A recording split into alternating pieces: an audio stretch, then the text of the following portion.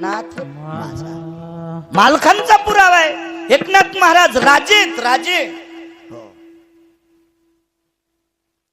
दोन भालदार चोपदाराच्या हातात ज्या काठ्या होत्या का, त्या 15-15 किलो सोन्याच्या काठ्या. एक जण म्हणला गिरगावकरांनी पाहिल्या होत्या का सुंबळ्या, तू एका पोटात डबा उठायला. आपल्या संतांचं वर्णन केल्यावर आनंद वाटावा का नाही? आनंद वाटावा का नाही? आनंद वाटावा का नाही?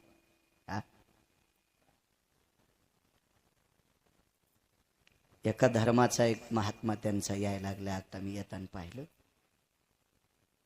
त्यांच्या धर्मातली एक व्यक्ती यायली तर प्रांतातल्या 1000 तरी 4 व्हीलर असतील. 1000 तरी पाहिलं ना आपण तिथं. हे सुजा बघितलं ना, 1000 4 व्हीलर असं. किती निष्ठा होत्या बिचारायची धर्म, किती प्रेम त्यांचं, किती प्रेम. मुसलमानाचा इज्तेमा होतो तर पोलिसाला म्हणते, साहेब तुम्ही शांत उभं राहा, आम्ही माणसाच्या लाईनी लावतो. गाड्या हाणणाऱ्याला दमशे जान देव, दमशे जान देव. त्याला लगेच पाण्याच्या बिसलाऱ्या, पाण्याचे पुडे, बिस्किटाचे पुडे गाडीत फेकते. ते कोण्या धर्माचा विचार करीत नाहीत. किती त्यांचं धर्मावर प्रेम आहे.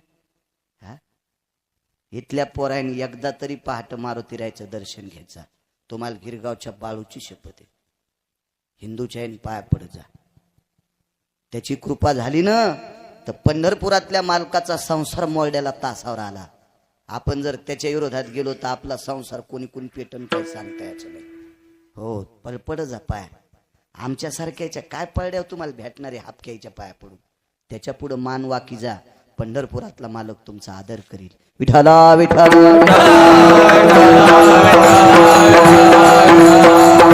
शिका बाकीच्या धर्मियांकडून. आपल्या धर्मावर किती प्रेम असावं शिका, त्यांच्याकडून शिका. किती श्रद्धा त्यांची धर्मावर असो.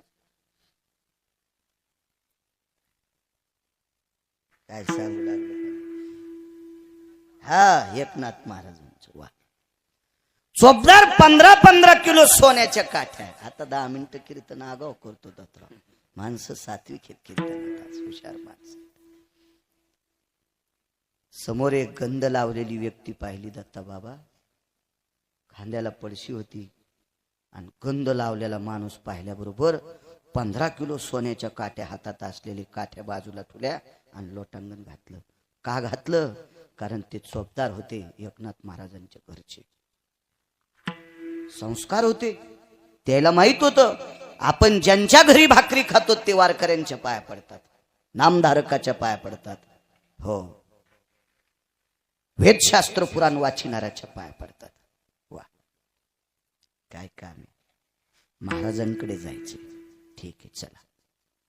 एक चोपदार पुढे, एक माग आणि चौकात आणला. आवाज दिला, मालक मालक. तेव्हा मालक कोणाला म्हणावा? कधी कधी जिभेला शिकवा शिकवा.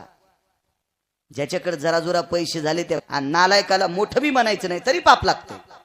काय गरज आहे इतकी पवित्र जी भालकाटायसाठी खर्च करायची, त्याच्यापेक्षा देवासाठी खर्च करा. मालक त्यांना म्हणावा जो दुसऱ्याला मोठं करतो त्याला. अहो, ज्याला गुळाचा खडा खायला भेटत नाही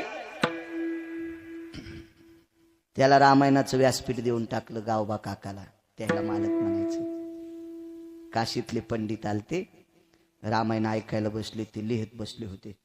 काय एकनाथ महाराजांचा अभ्यास आहे, काय एकनाथ महाराजांचा अभ्यास आहे. तो रोज ऐकणारा म्हणला, हे एकनाथ महाराजाची तर झाडून काढायला आहे, हे एकनाथ महाराजाची तर झाडून काढायला आहे. तर काशीतल्या लोकांनी पायाचे अंगुठे तोंडात घातले होते. ते आचार्य पंडित